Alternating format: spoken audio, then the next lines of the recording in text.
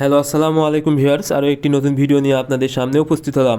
আজকের ভিডিওতে মূলত আমি আলোচনা করব আপনারা যারা কবিতর পালন করেন এই শীতকালে, অর্থাৎ প্রচণ্ড শীতকালে কবিতরকে সুস্থ রাখতে কী করণীয়, বা কবিতর যেন বিভিন্ন রোগ জীবাণু দ্বারা আক্রান্ত না হয় সেক্ষেত্রে কী ওষুধ ব্যবহার করবেন। আপনারা অনেকেই কিন্তু বাসা বাড়িতে শখ করে কবিতর পালন করে থাকেন, কিন্তু দুঃখের বিষয় অনেক সময় বিশেষ করে শীতকালে বিভিন্ন রোগ জীবাণু দ্বারা আক্রান্ত হয়ে কবিতর কিন্তু মারা যায়, বা একসাথে সবগুলো কবিতর কিন্তু মারা যায়। সেক্ষেত্রে আপনারা যদি শীতকালে একটু বাড়তি সতর্কতা অবলম্বন করেন, আশা করি আপনাদের কবিতর একটিও মারা যাবে না বা কোনো রোগ জীবাণু দ্বারা আক্রান্ত হবে না। এখন আপনাদেরকে বুঝতে হবে আসলে কবিতরের কোন রোগটা বেশি হয়। আপনারা জেনে থাকবেন কবিতরের কিন্তু সেরকম রোগ হয় না, বিশেষ করে রানীক্ষেত রোগটা সবচেয়ে বেশি হয় এই জন্য। এবং রানীক্ষেত রোগ কিন্তু কবিতরের জন্য অনেক মারাত্মক। শুধু কবিতর না, যে কোনো মুরগি, হাঁস বা কোয়েল পাখি, যে কোনো প্রাণীর জন্যই এই রানীক্ষেত রোগটা কিন্তু মারাত্মক। সেক্ষেত্রে কবিতরের রানীক্ষেত রোগ হলে দেখা যায় সবগুলোই কবিতর মারা যায়। এজন্য এ রোগটা যেন না হয় সেদিকে অবশ্যই আপনাদের খেয়াল রাখতে হবে। আর কবিতরকে রানীক্ষেত রোগ থেকে রক্ষা করার সবচেয়ে বড় উপায় হলো রানীক্ষেতের ভ্যাকসিন করা। আপনারা যখনই রানীক্ষেতের ভ্যাকসিন করবেন তখন কিন্তু এই রোগটা হওয়ার সম্ভাবনা অনেক কম থাকবে বা হবে না। তবে রানীক্ষেত রোগ কিন্তু বিভিন্নভাবে হয়ে থাকে, এই জন্য আপনারা রানীক্ষেতের ভ্যাকসিনটা অবশ্যই করে নেবেন।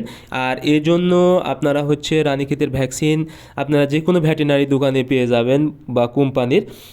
যদি আপনারা দেখা যায় 300 ডোজ ভ্যাকসিন করেন, অর্থাৎ 300টি কবিতরের জন্য করে থাকেন, তাহলে কিন্তু মাত্র 120 থেকে 30 টাকা খরচ হবে। এবং 100 ডোজের যদি নেন, অর্থাৎ 100 কবিতর, সেক্ষেত্রে 30 থেকে 40 টাকা খরচ হবে। তবে আপনারা যদি এই সামান্যতম টাকা খরচ করে থাকেন এবং কবিতরকে রানীক্ষেতের ভ্যাকসিন করেন, আশা করি এই শীতকালে আপনাদের কবিতর রানীক্ষেত রোগ হবে না এবং কবিতর কিন্তু সুস্থ থাকবে। আরেকটি বিষয় সেটা হলো কবিতর কিন্তু বিশেষ করে শীতকালে পায়খানার একটা প্রবলেম হয়, অর্থাৎ আমশা হওয়ার সম্ভাবনা বেশি থাকে।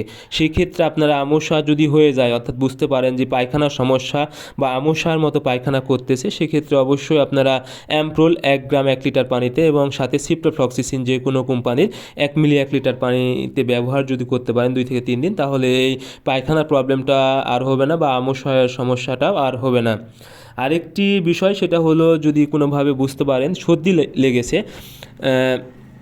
কবিতরে সর্দি লেগেছে, সেক্ষেত্রে অবশ্যই আপনারা সর্দির ওষুধ হিসেবে ইউরোকট 1 গ্রাম 1 লিটার পানিতে ব্যবহার করবেন এবং সাথে ডক্সিভেট 1 গ্রাম 1 লিটার পানিতে ব্যবহার করবেন 2 থেকে 3 দিন। আশা করি আপনাদের কোয়েল পাখি খুব দ্রুত সুস্থ হয়ে যাবে। এবং শীতকালে যদি আপনারা এই 3টা বিষয় লক্ষ্য রাখতে পারেন, আশা করি আপনাদের কবিতর কখনোই রোগ জীবাণু দ্বারা আক্রান্ত হবে না এবং কবিতর সুস্থ থাকবে।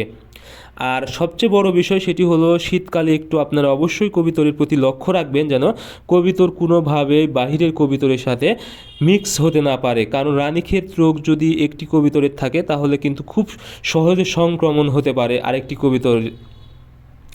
এই জন্য আপনারা অবশ্যই কবিতরকে সুস্থ রাখতে আপনারা অন্য কবিতরের সাথে মিশতে দিবেন না। বিশেষ করে যখন প্রচণ্ড শীতকাল, তখন অবশ্যই আপনারা বাড়িতে বেঁধে রাখবেন এবং কোনোভাবে আবদ্ধ জায়গায় রেখে দিবেন যেন বাহিরের কবিতর মিশতে না পারে, সেদিক অবশ্যই খেয়াল রাখবেন।